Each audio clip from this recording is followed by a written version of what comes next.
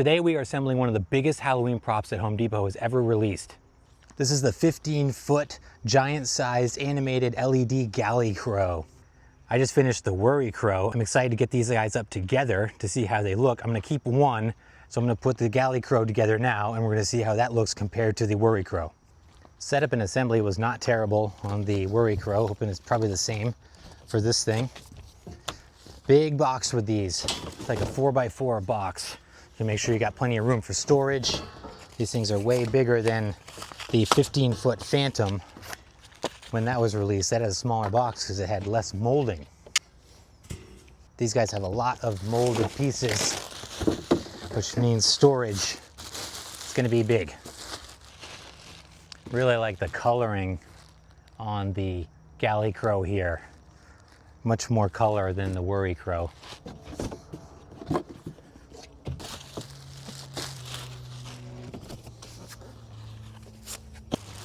Close.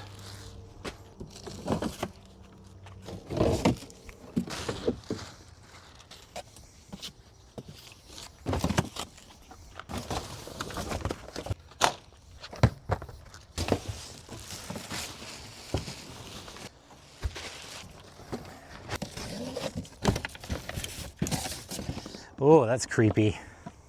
It's very cool. All right, let's rock and roll. Here's all our pieces laid out here. We got the base that we're gonna start with and the base of the prop. Again, excellent detail on this thing. I love the coloration on the galley crow here. We got instructions on the box.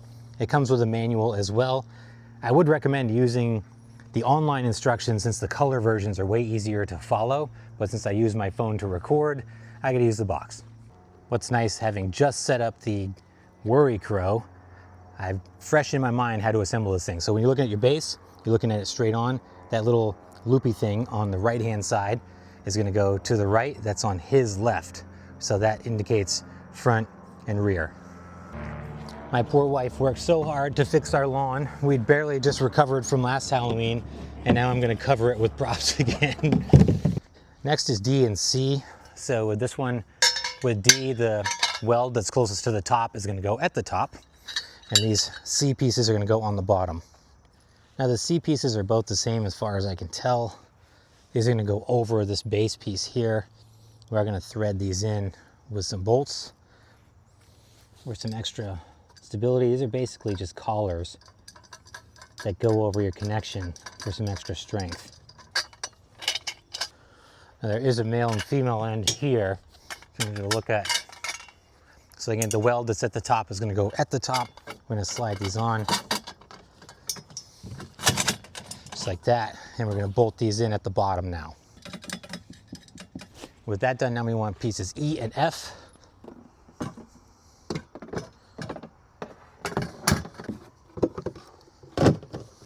Next up is G, which is this rod piece. I'm gonna show you some insight into this one. So this is it goes kind of like as a support piece at the top here. It goes on the bottom because what that does when you secure it, it's in these kind of notches here. It's going to compress the molded pieces. So that goes right on the male end of D.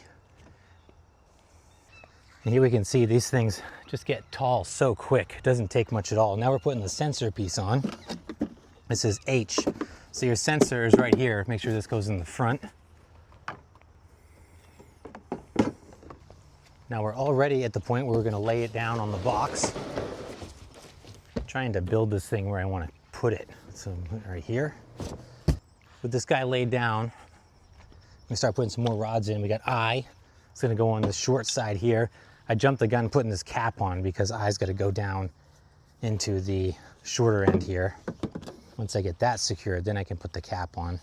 Let's see, J, where does J go? J attaches to the short end because J has our wiring on it. So this is gonna go, male end goes into the female end here, and then we're gonna plug our wires in. Two big chunky connections here, white and black. I'm gonna do K, goes on this piece here. I got K right here. Now L, L's gonna go on that side. Where's L? L's female end gonna go on the male end over here on this side and bolt this in. All right, moving along. Now I need M. Them as a molded piece. Oh, there it is. I thought my sticker fell off, but it's there. All right, now we're getting ready for the pelvis, which was really tricky on the worry crow. Let's see if I can get this done easier on the galley crow here.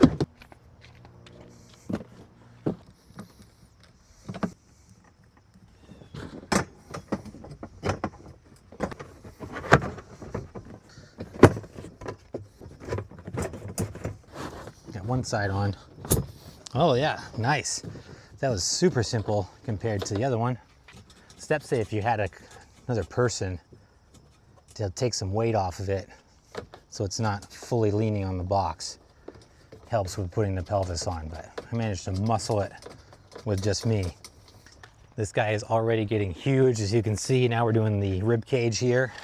We got 3 connections here for the rib cage. It's gonna be a little tricky doing this one-handed.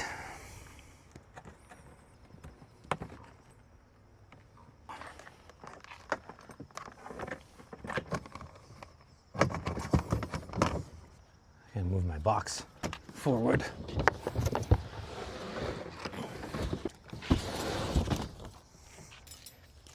So we're gonna put our anchor in right here.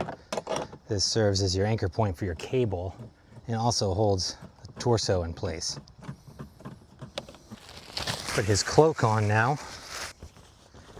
Definitely not as much detail in the clothing as in his cousin, the worry crow. So you got this kind of tattered hanging pieces here, but just a straight black cloak, which is gonna look pretty creepy. Put this on. Got a hole in the back for our anchor right there. I don't tether it fully. I'm gonna do one side and then I'll do the other once it stands up. It's much easier that way, I find.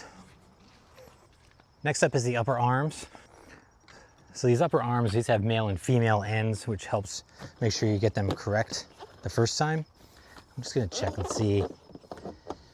Okay, so S is his right. I'm gonna put that right there. I'm gonna run this through his cloak here. All right, that's that.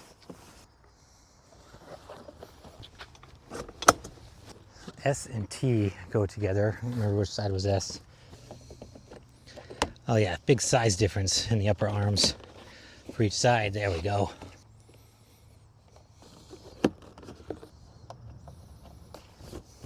There we go. Just give you a sense of scope on these things. The wingspan on these, left to right, 12.5 feet wide. So just the width of these alone are longer than the 12-foot props like Skelly are tall, which is crazy. Okay, so we just got one connection for the head here. How's this gonna work? Let's just see.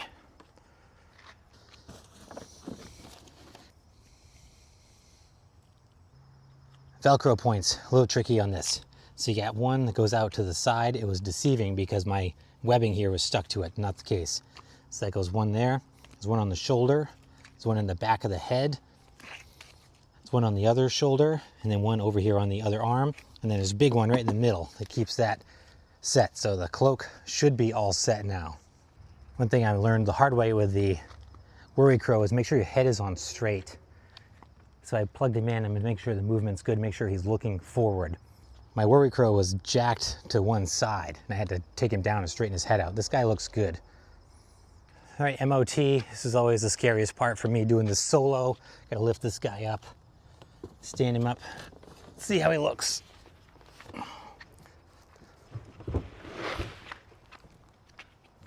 Got some big gaps here. Hopefully that straightens out. Big gaps here.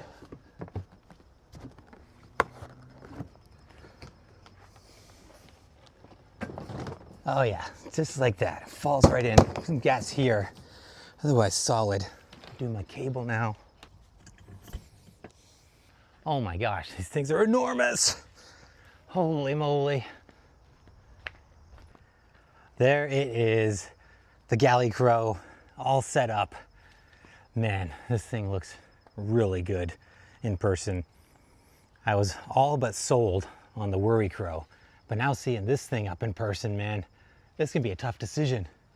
I love the mold on this one and the colors that you get in it. Much more color in this one compared to the Worry Crow. Very creepy looking. Should be on sensor mode now. Oh yeah, there we go. You see it moving around.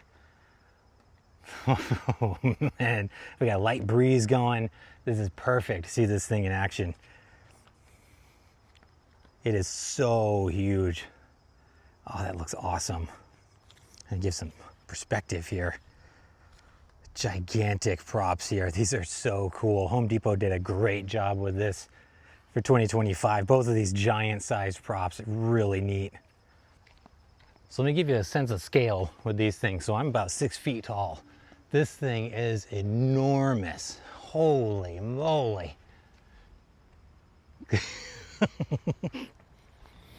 All right, here we are with the Galley Crow at night.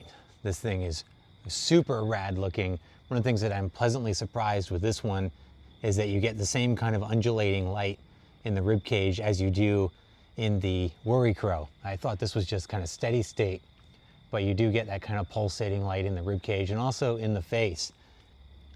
At night, it's got a really eerie look to it. You get that silhouette. It's all black, but you just see it stands out just enough.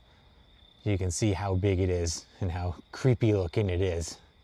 Really intimidating. Super spooky looking. Sensor works really good on this one. It's at night here. It picks me up really well. I'm about 10 feet away. Movement on it, very smooth.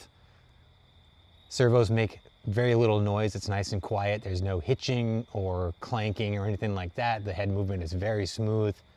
Nice and organic on this thing, the way he looks around. See those bright red eyes?